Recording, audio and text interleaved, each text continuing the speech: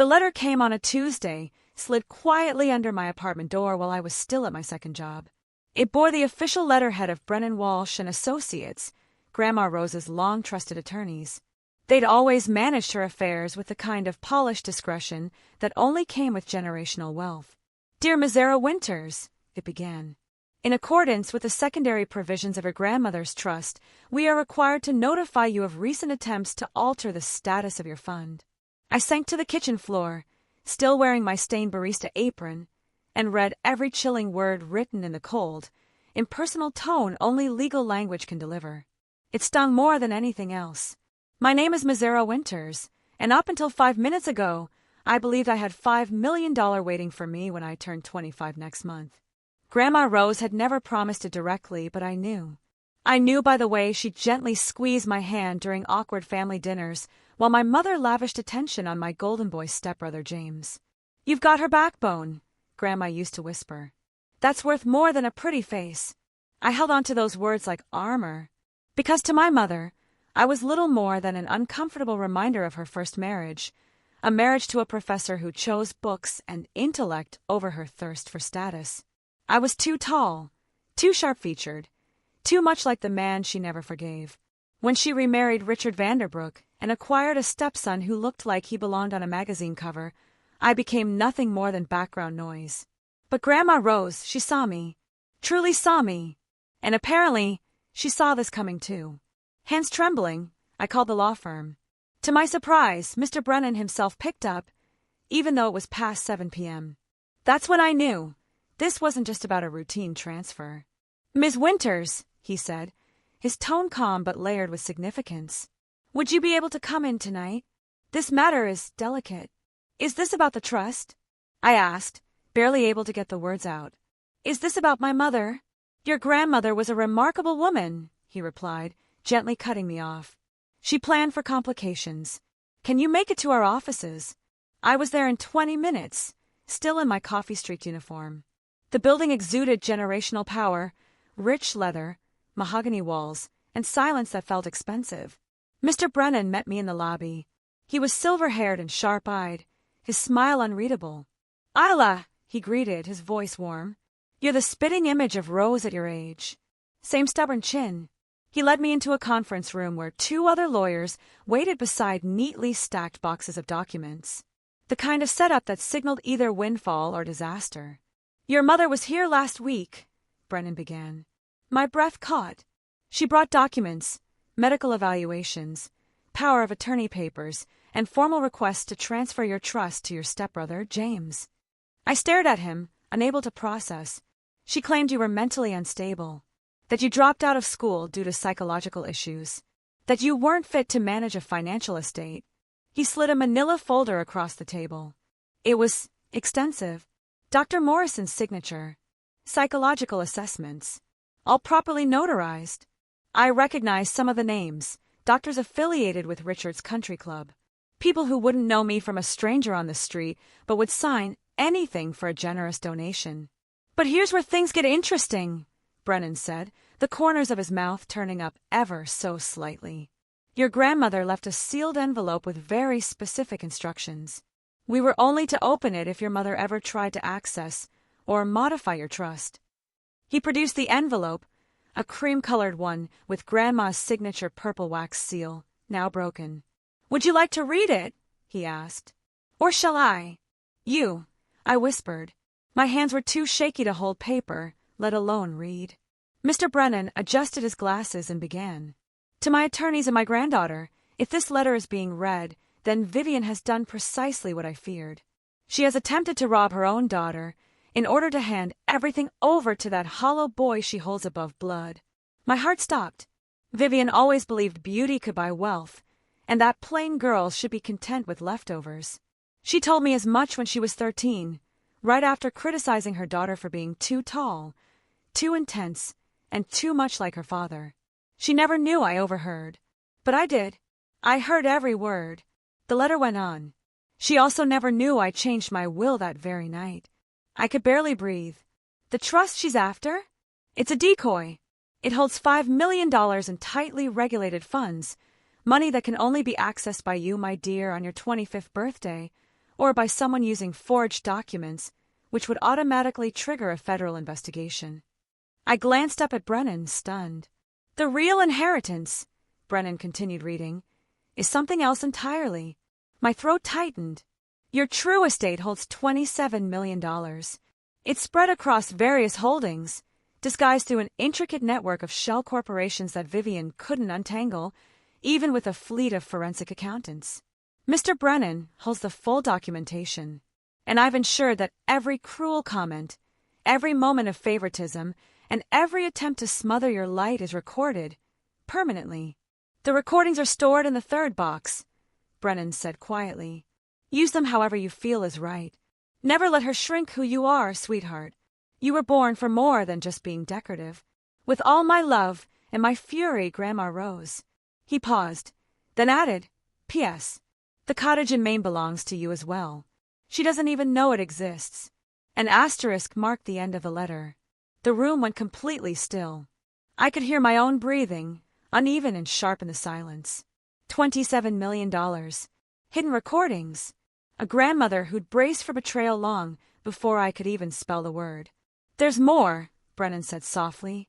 When your mother filed those fraudulent documents, it activated something called the penalty clause. Richard has been hiding all of it, but your grandmother documented every incident, Miss Chun added, sliding another file toward me.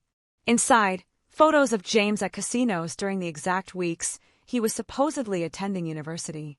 Bank transfers that screamed fraud. Police records that had quietly vanished. She wanted your future handed over to him, Miss Chun said, her voice thick with disdain. Because he's a charming, good-looking man. And you, because you're female and serious, were deemed unworthy. What do I do now? I asked, my voice hoarse. She's still my mother. And if she loses Grandpa's money, that's not your burden to carry, Brennan said firmly. But you do have choices. We can press charges. Forging psychiatric records is a felony. Or I could handle it myself, I finished. Grandma left me everything I'd need. He gave a small nod. She trusted you to decide. I thought back over a lifetime of quiet dismissal, being called too tall, too plain, too intense. James always introduced as her son. Me reduced to Richard's stepdaughter. Christmas cards where he took center stage, while I was hidden in the corner or cropped out completely. I want to talk to her first, I said. Face to face. Tomorrow. Would you like us to accompany you? Brennan asked. No, but I want everything ready in case I need it. And Mr. Brennan, I added as I stood, thank you for calling me so quickly. His smile was tinged with something solemn. Your grandmother insisted I call you the moment Vivian made her move. She predicted she'd act just before your birthday, counting on you being too distracted to notice. He paused. Rose understood her daughter better than anyone. I left the firm that night with copies of every document, my thoughts spinning. Back in my tiny apartment, my instinct kicked in. I called the one person I always turn to in crisis.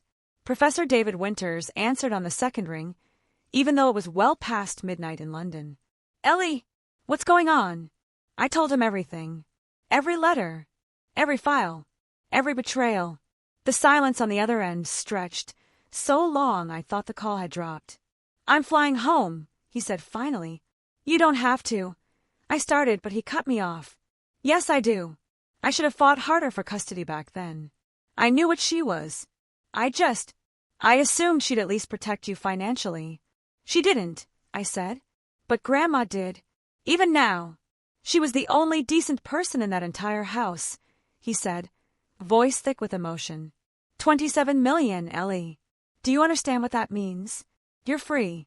You don't need their permission, their approval, or their shallow affection ever again.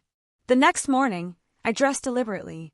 Not to impress. I'd stopped trying to do that at 15, but for strength. Dark jeans, a clean white shirt, boots that added to my height, which my mother always said made me look intimidating. I drove to the Vanderbrook estate in my rusted Honda, parking between Richard's polished Bentley and James's third Maserati. The previous two had been totaled. She answered the door herself, which meant the help had been given the day off. Her appearance was flawless, her platinum bob perfect, her pearl necklace probably worth more than a year of my wages. This is a surprise, she said coolly. Is it? I replied, stepping past her into the sitting room without asking permission. I figured you might be expecting me, after the little stunt you tried to pull. She didn't even blink. I don't know what you're referring to. Oh, the trust fund. The forged evaluations. The documents transferring everything to James, I said, settling into a chair. Sound familiar? You're being melodramatic. If anything was filed, it was for your protection. You're not exactly prepared to handle that kind of wealth. Because I'm not pretty enough to land a rich husband? I asked, staring her down. That hit a nerve. Her composure faltered for just a second. Or maybe it's because ugly girls should be grateful for leftovers, as you once put it. Your words, not mine. I never. June 15th, 2014, I interrupted. You were in the Rose Garden with Mrs. Airbilt. You said, and I quote, pretty girls like James will marry well. Ugly ones like her should be happy with whatever scraps they're given. Her face drained of color. How do you know that? Because Grandma was standing on the balcony. She heard everything. And she recorded it. I pulled out my phone and hit play. Her voice, cruel and casual, frozen in time, filled the room. It was the kind of thing that nestles into a 13-year-old's bones and stays there forever. She recorded a lot more than that, I said quietly, like when you told Richard that the first one probably wasn't bright enough for even a community college, I said calmly. Or when you looked me in the eye and said I had the frame of a linebacker and should be thankful if any man paid me attention. But my personal favorite? When you told James he deserved my inheritance, because, as you so eloquently put it, wealth follows beauty, and I had neither. At that exact moment, James stumbled into the room, clearly recovering from a hangover. Mom, why is she here? Perfect timing, I replied smoothly, turning toward him. So, James, how's Princeton treating you? He blinked, confused. What? Your classes. Still majoring in economics, right? Yeah. Of course, he mumbled, but his eyes flicked nervously toward Vivian. Strange, I said with a polite smile. Because according to Princeton's registrar, you haven't been enrolled for 2 years. And yet, someone's been attending. Want to tell me what that's about? You're spying on me now, he tried to sound threatening, but his voice cracked somewhere between entitled and pathetic. Not me, I said calmly. Grandma. She knew exactly what you were. What both of you were. I stood, suddenly drained. Here's what's going to happen. You're going to admit to the lawyers that you forged those documents. You're going to return whatever funds you've already accessed from my trust. And then, you're going to stay out of my life. Permanently. And if we don't... Vivian finally found her voice. You'll embarrass us? Make a scene, she scoffed. No, I said, my voice steady. I'll turn everything over to the FBI. Fraud. Forgery. Conspiracy. Just because it's white-collar doesn't make it less criminal. And James, Grandma tracked every dollar of your embezzlement from Richard's company. All of it. Her face blanched. You wouldn't. Try me. James went pale. Vivian collapsed into a nearby chair. When did you become this heartless? I laughed, dry and joyless. I learned from the expert. The woman who looked at her own teenage daughter and saw nothing but flaws. Who funneled her college fund into her stepson's account because he looked better in photographs. She opened her mouth, but I cut her off. That Yale acceptance letter? The one that disappeared? I know you threw it away. You told Aunt Celia I'd never be good enough anyway. Silence. Then a whisper. How long have you known? About Yale? 6 months. About the rest? Years. I turned to leave. You've got 24 hours to correct the trust records. If you don't, I go public. And if we don't... Vivian finally found her voice. You'll embarrass us? Make a scene, she scoffed. No, I said, my voice steady. I'll turn everything over to the FBI. Fraud. Forgery. Conspiracy. Just because it's white-collar doesn't make it less criminal. And James, Grandma tracked every dollar of your embezzlement from Richard's company. All of it. Her face blanched. You wouldn't. Try me. James went pale. Vivian collapsed into a nearby chair. When did you become this heartless? I laughed, dry and joyless. I learned from the expert. The woman who looked at her own teenage daughter and saw nothing but flaws. who funneled her college fund into her stepson's account because he looked better in photographs. She opened her mouth, but I cut her off. That Yale acceptance letter? The one that disappeared? I know you threw it away. You told Aunt Celia I'd never be good enough anyway. Silence. Then a whisper. How long have you known? About Yale? 6 months. About the rest? Years. I turned to leave. You've got 24 hours to correct the trust records. If you don't, I go public. Wait, she stood shakily. If I don't confess, my payments from my father's estate will be stopped. Permanently. That's how the penalty clause works, I said simply. Try to steal from the trust, and you lose your own privileges. Her voice wavered. You'll ruin me. No. You'll be middle class, I said, pausing in the doorway. Richard will support you, at least until he finds out what James has done. Then you'll be divorced and middle class. I walked out, leaving behind their elegant home, filled with luxury and decay. My phone buzzed before I even reached my car. Dad, I'm proud of you. Save a seat at dinner. Mr. Brennan, all documents are ready whenever you are. Unknown number, this is your Aunt Celia. I knew what she did. I should have spoken up.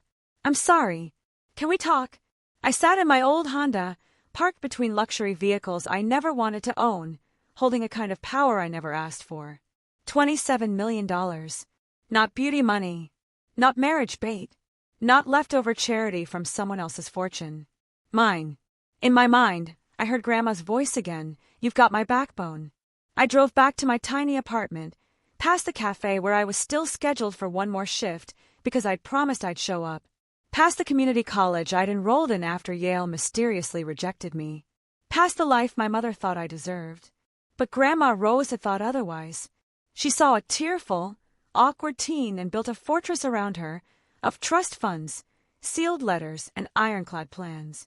She had turned Vivian's own weapons, wealth, status, influence, against her. That night, I called Mr. Brennan. I want to establish a scholarship, I said, for girls who were never told they were enough. Full rides, any school they choose. He chuckled warmly. Rose would have loved that. What do we call it? I thought about that letter sealed with purple wax, about the righteous fury wrapped in unconditional love. The Rose Winters Foundation for Inconvenient Women. Perfect, he said. Anything else? One more thing, I asked. How much is a PhD at Yale these days? He laughed softly. With your inheritance. Practically invisible. Then I guess I'm going back to school. Your grandmother thought you might say that, he replied. Check box 7 when you come in tomorrow. Why? She saved your Yale acceptance letter. The real one. That broke me. I cried. Not for the money or the power, but for the 13-year-old girl who thought she wasn't enough. For the grandmother who spent years fighting a silent battle on my behalf. For the mother who chose appearances over her own daughter. But mostly, I wept for the woman I was finally becoming, educated, independent, and no longer seeking approval from people who couldn't recognize strength if it stood right in front of them. One last message lit up my phone. Vivian, the attorneys have been contacted. The trust has been corrected. I hope you're satisfied. I typed back. I'm not pretty enough to be happy, but I'm rich enough not to care. Then I blocked her number, and I started building a life. Because $27 million can buy a lot of things. But the best thing it bought was the look on her face when she realized that ugly daughter had won.